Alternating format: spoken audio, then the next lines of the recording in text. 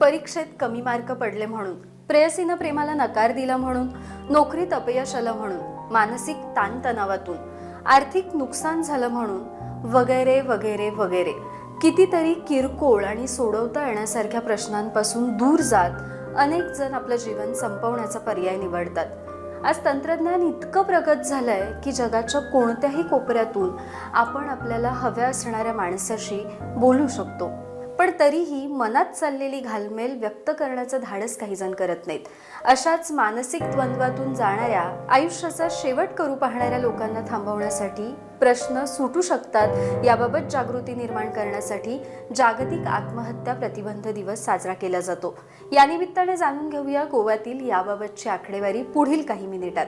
राष्ट्रीय गुन्हे नोंदणी विभागाच्या अहवालानुसार राज्यात 2011 ते जून 2022 या काळात 3286 जणांनी आत्महत्या केली आहे. यामध्ये 2011 मध्ये 281, 2012 ला 282, 2013 मध्ये 314, 2014 मध्ये 286, 2015 या वर्षात 308, 2016 ला 277, 2017 ला 266, 2018 मध्ये 249, 2019 मध्ये 259, 2020 मध्ये 303, 2021 मध्ये 311 आणि 1 जानेवारी 2022 ते 30 जून 2022 या काळात 150 जणांनी आत्महत्या केली.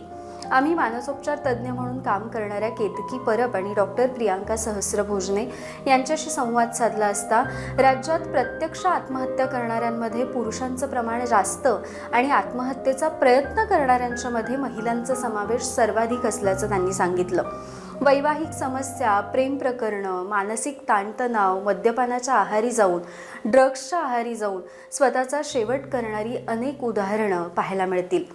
संपूर्ण भारताच्या आत्महत्येचा दर 16.3 इतका आहे, तर भारताच्या तुलनेत गोव्यात सर्वाधिक 4.6% आत्महत्येचा दर आहे. अरुणाचल प्रदेश, मिझोराम, नागालँड, सिक्कीम आणि मणिपूर या राज्यांमध्ये अशा घटना सर्वाधिक घडतात. गोव्यासह केरळ आणि तेलंगणामध्ये हे प्रमाण कमी आहे. Financial stress, mental health problems, social stigma यामुळे लोक हे पाऊल उचलतात. पण याबरोबरच प्राणघातक गोष्टी जसं की पेस्टिसाइड्स, इतर हत्यारं खूप सहज उपलब्ध होत असल्यानं जीवन संपवणं लोकांना खूप सोपं वाटतं. पण कोणताही प्रॉब्लेम आपल्या जीवनापेक्षा मोठा नसतो. प्रॉब्लेम आहे तर सोल्युशनही आहे हे समजून घेतलं पाहिजे.